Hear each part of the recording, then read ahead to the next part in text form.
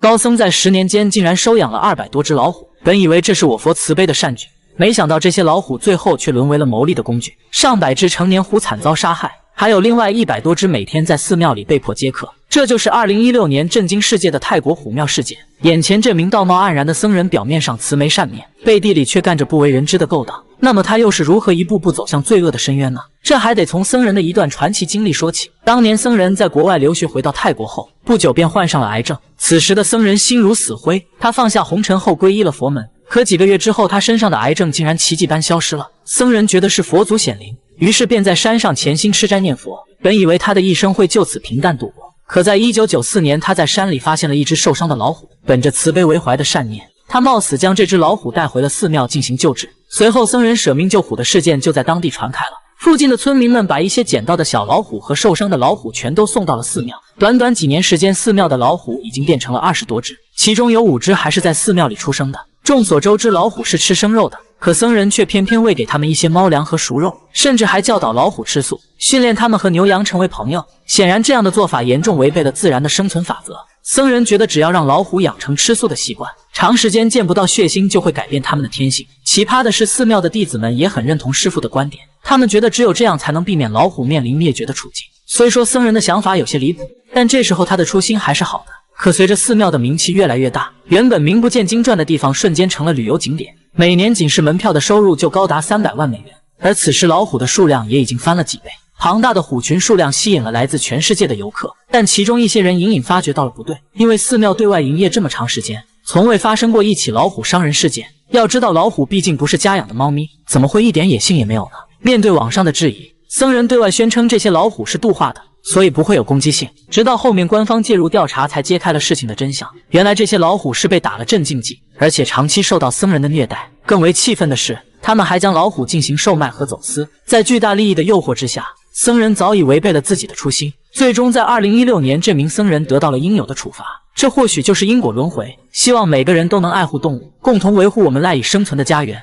这只红毛猩猩仅凭6个月便拿到了驾照，这套行云流水的动作一看就是个老司机。作为一名10年驾龄的老师傅，红毛猩猩杰克在迪拜已经是家喻户晓的存在。但你可别以为他只是一只会开车的猩猩，年仅20岁的杰克名下资产已经远超8位数。这辆价值60万美刀的跑车是他18岁那年主人送给他的礼物，而这仅仅是他其中的一辆座驾。杰克平时更喜欢开着越野车外出，毕竟里面空间大，而且相对方便一些。当然，这么帅气又豪横的猩猩怎么会缺少伴侣？为了让杰克找到自己的真爱，主人在世界各地挑选了数百只母猩猩和他相亲。在经过千挑万选之后，杰克最终选择了一只名为露丝的母猩猩。在拍完婚纱照后，他们在次月举办了一场声势浩大的婚礼，2只猩猩还在一起度了蜜月。但嫁入豪门的露丝也并非等闲之辈，据说她的主人是来自卡塔尔的一位神秘富豪，主人从小就培养她博览群书的能力，而对于画画，露丝更是有极高的天赋，一幅画最高能拍卖到10万美金。比较常见的吉他、口琴，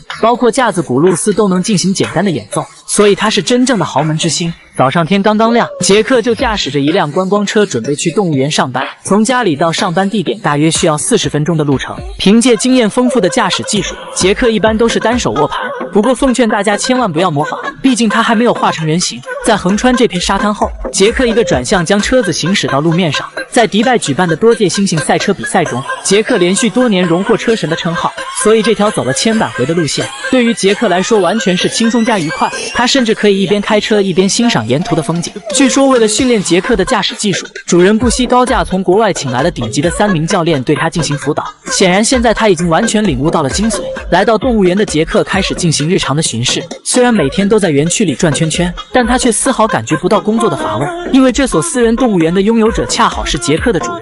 早些年前他还在这里生活过，但智商卓越的杰克很快便得到了主人的赏识。在经过一系列专业的学习和训练后，杰克通过自身努力逆袭成园区的管理员之一。现在园内的大小动物都得称他为一声星爷，即便是百兽之王的老虎也只有羡慕的份。或许关在笼内的老虎无论如何都想不明白，同样身为动物，为啥一只猩猩却能管理自己？这些动物在杰克眼中现在也只是一只动物，毕竟自己已经和他们相隔了2个世界。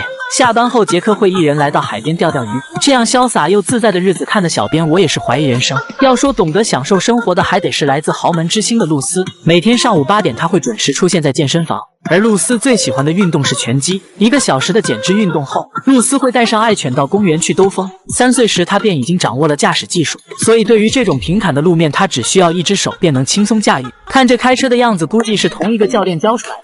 结婚后的露丝也很注重自己的外在形象，几乎每天都要换上一套新的衣服。毕竟是作为豪门之星，品味和眼光一定要走在时尚的前沿才行。除了喜欢限量版的服饰和包包，她平时最大的爱好就是拍摄短视频。露丝会经常上传一些视频到动物园里，心想着万一哪天火了，就可以进军娱乐圈。不久后，杰克和露丝生下1只新宝宝。现在露丝大部分的时间都用来陪伴孩子，对于家庭教育这块，她显得十分重视。好苗子就要从娃娃开始抓起。俗话说，世界之大，无奇不有。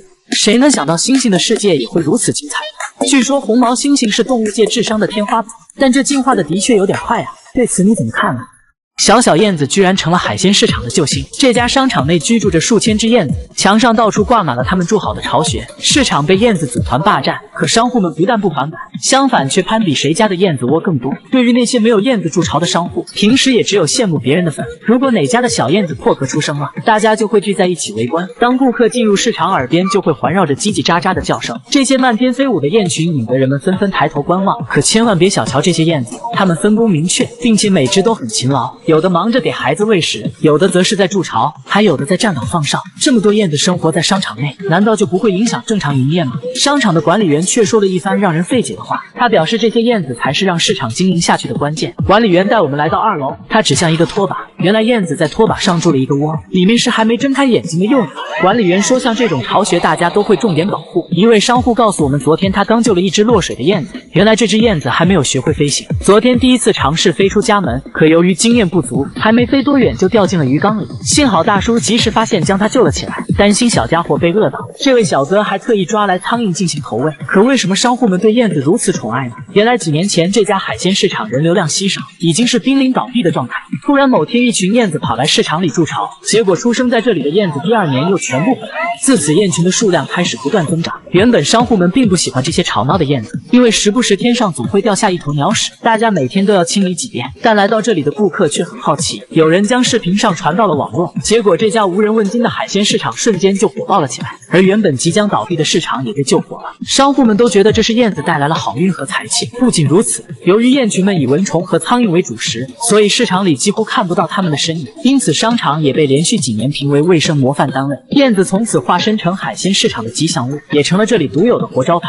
管理员还为每窝燕子制作了海报，以明确它们的归属权。如果一家商户同时拥有几窝燕子，那么一定会有络绎不绝的人来参观，生意自然也会变得很好。因此商户们每年都在期盼会有更多的燕子来自家房里筑巢。人们常说燕子是财富和吉祥的象征，对此你是怎么看的呢？这家幼儿园的园长是一只母鸡，他每天都要去班级里巡视学生们上课的情况，发现有人不认真听讲，他就会发出警告。母鸡名为太美，他在这里深受小朋友的喜爱和尊重，大家都亲切称呼他为小黑老师。据身边的助理讲述，太美已经在这里就职2年半了。他每天都身穿黑色西装，头顶一只灰色小帽，看起来真是帅气又精神。对于本职工作，太美也特别认真，他总是偷偷的从后门溜进去，看看到底是哪个学生不认真听讲。当看见孩子们都在认真上课时，他就会去下个班级突袭检查。2年半日复一日的奔波，使得太美的脚力十分了得。看见大家学习跆拳道的动作不标准，他还会上前进行示范。太美不仅有极高的运动天赋，并且还拥有一副好嗓子，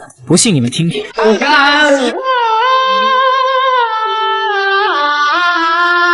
我敢说，这是我听过最美妙的声音。当然，这一切都离不开他背后的努力。当孩子们都放学后，太美才会跟随助理去院子里吃点东西。这天，太美正在午休，突然听见教室里传来嘈杂的声音，她立刻飞奔过去。进入班级后，太美被眼前的一幕深深感动了。原来今天是太美的生日，小朋友们正在用心的画画，大家正在举办一场黑肌美图展，想以此来表达对小黑老师的感谢。看着这群可爱的小朋友，此刻太美的内心无比激动，于是她赶紧去换了一身喜庆的背带装。果然，换装之后的太美气质一下子就上来了，瞬间引得小朋友们欢呼雀跃，大家纷纷举起手中的花，为她送上诚挚的祝福。虽然2年半的付出很辛苦，但她却得到了所有人的认可。据园内助理爆料，原来太美是在这家幼儿园里出生的，她跟着小朋友一起成长学习，现在太美已经是大家心中的偶像和